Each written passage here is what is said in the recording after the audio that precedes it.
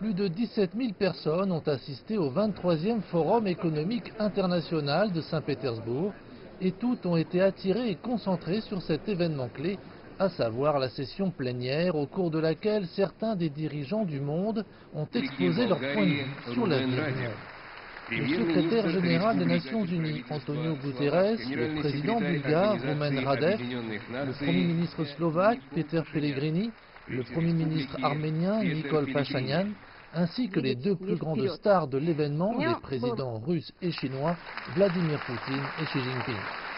Le premier à prendre la parole fut Vladimir Poutine, l'hôte du forum.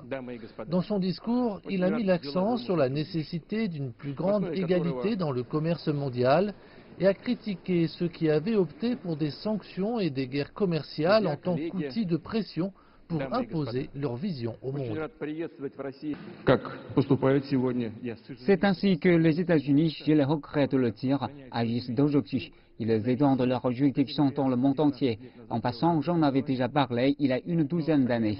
Ce modèle ne contredit pas seulement la logique normale de la communication entre les nations dans la réalité du monde complexe et multipolaire, mais plus grave encore, il ne répond pas aux défis de l'avenir.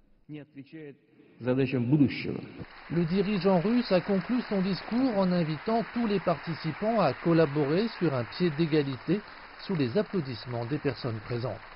Puis ce fut au tour du président chinois Xi Jinping de monter sur scène. Le chef d'État a mis l'accent sur le bien-être de la population et sur la nécessité d'éliminer la pauvreté dans le monde. Xi Jinping a également évoqué le succès de la Chine dans ce domaine, ainsi que les objectifs que la Chine s'était fixés. Le président Poutine et moi avons décidé de relier l'initiative Silk Route à l'Union économique eurasienne. L'initiative concernant l'application conjointe de Silk Route est également cohérente avec l'idée du président Poutine, à savoir le grand partenariat eurasien. Elles peuvent se compléter l'une et l'autre. Je suis d'ailleurs convaincu que le monde accorde une grande importance à l'intégration économique régionale dans l'intérêt d'un développement durable global. La Chine travaillera avec chacun dans le monde au profit d'un avenir brillant et prospère pour tous, a déclaré le président Xi Jinping à la fin de son discours. Des paroles applaudies par les participants. La session plénière de cette année a été consacrée aux questions relatives à l'énergie, à la mondialisation et au développement durable.